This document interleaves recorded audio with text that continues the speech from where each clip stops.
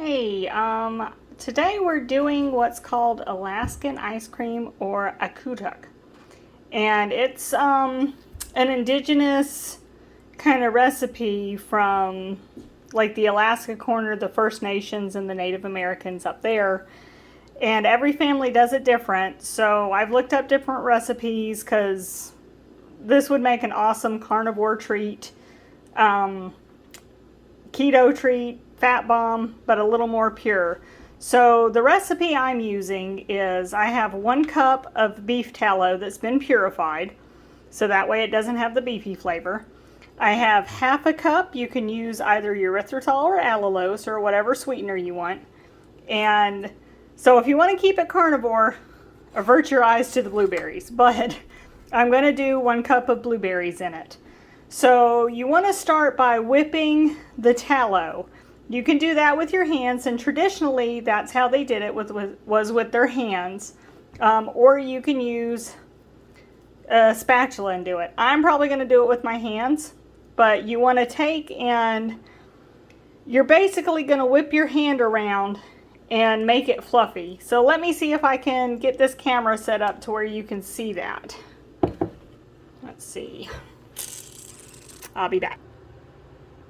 All right, I'm back, so let's see if you can see it. So you're just going to take it and you're going to keep mushing it. If you find your tallows too hard or lumpy, you can add some hot water to it. But you basically want to keep working it around and fluffing it. Now you can use a food processor, you can use a hand mixer, however you want to do it. But I am going to be doing this for probably a few minutes, and I will come back when it's all fluffed up. Alright, I've been whipping it about 5 minutes and you can see how fluffy it's gotten. Like I said, you can use whatever tool you want. Traditionally they use the hand, and I was like, you know what, that sounds like fun. That's like, you know, playing with glue when you're in kindergarten or something. But see how fluffy it gets? And if you find any like chunks or something, just break it up with your finger. But I let this sit out to room temperature. Like I said, if you find yours is a little too hard, you can always add some hot water to it and take care of it that way. But I came across this doing just looking at different recipes, and I was like, you know what, that sounds really interesting, and to me it sounds like the healthiest fat bomb you could get, because we make our homemade tallow, we know what goes into it, and I mean, you can't get any better than that. And for a fat bomb, like if you're on keto, I think they call them fat bombs, I mean, that's way cheaper than butter. And it's amazing, a lot of the indigenous tribes and all over the world, they were basically had carnivore dishes, or at least mostly carnivore, because it sustained them. If you think about, you know, up in northern Canada, Alaska, places like that, northern Russia, it's cold there. So they needed this fat to sustain their energy. And that's how they survived. So, and I know a lot of the modern recipes for this, they use Crisco. I'm not a fan of Crisco at all, so I wanted to just use beef tallow, because honestly, before, you know, colonialism or whatever you want to call it, they would have used animal fat. And that's what it would have been, they would have made this with. And they would have made it with berries, or I've seen recipes where they use fish or anything like that. So anything you want to mix in it, you can. So, alright, I'm going to take and I'm going to pour I was almost to call it sugar, but I'm using allulose today. You can totally use your erythritol, any sweetener you want. Now, if you're strictly carnivore and you want a sweet treat, but you don't want to add the blueberries, then mix this and stop there. But see how it's mixing in?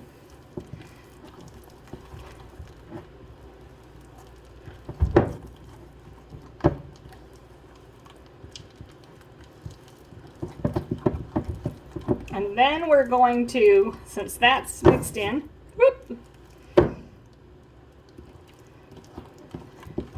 I'm going to mix the blueberries in. And they've been washed and ready to go. So now I'm just going to get a little more creative with it because I want to get some of the juice in there too. But they would have used whatever was basically ripe or growing at that time they made it. And this would have fed their family. They would have had, this would have been a treat. And still is. They make it today, only they make, like I said earlier, make it with Crisco.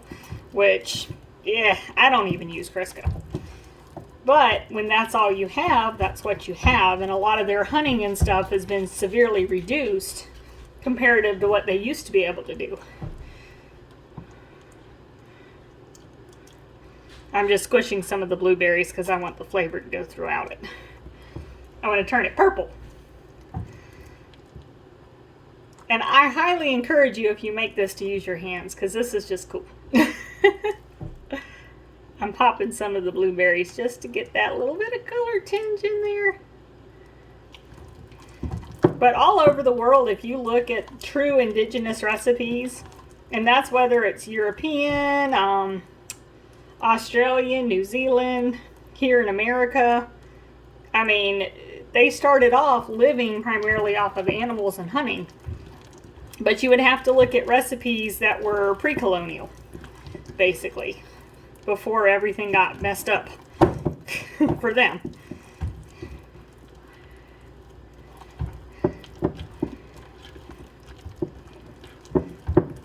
And you can add more berries, you can add less, make it however you want to. I'm just trying to make sure that flavor's in there really good. And I'm squishing more berries.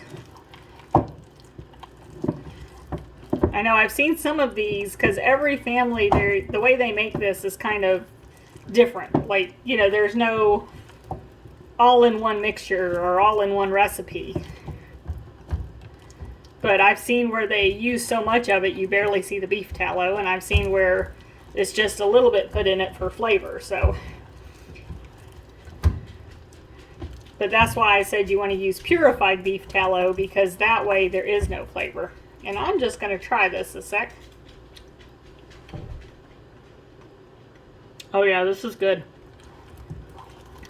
All right, let me clean my hands off and I'll get right back with you. Okay, I washed my hands and I'm just going to take my little spatula here and scrape this down. See how fluffy it is? It's kind of like an icing now. And all that is beef tallow.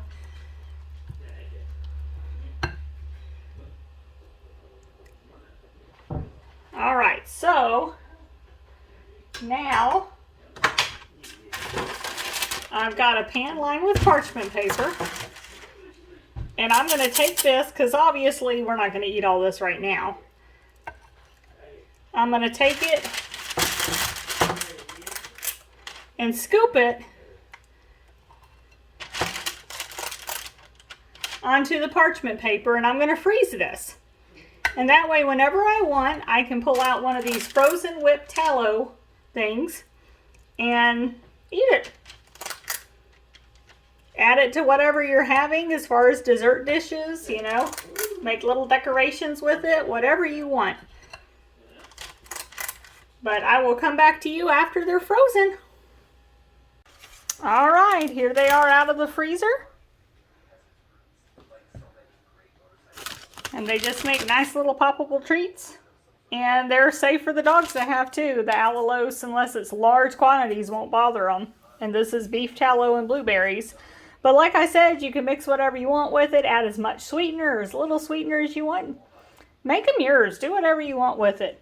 But this is kind of a healthy way. And I encourage anybody that does stuff like this, first of all, show respect to whatever, you know, nation these came from. But also, you know, do some research in your area of the Native American tribes or the indigenous tribes wherever you're at, because more than likely pre-colonial, a lot of their diets were close enough to the carnivore diet that you could learn some really good recipes and learn some nutrition facts and stuff that would help sustain you should you need it. Like these treats, way cheaper than butter. It's made with pure animal fat that I processed myself, so I know what's in it. I mean, it makes for an awesome, healthy treat.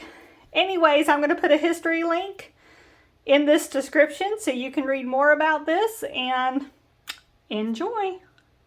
And thank you to my Patreons and subscribe to my channel. Thank you. Bye.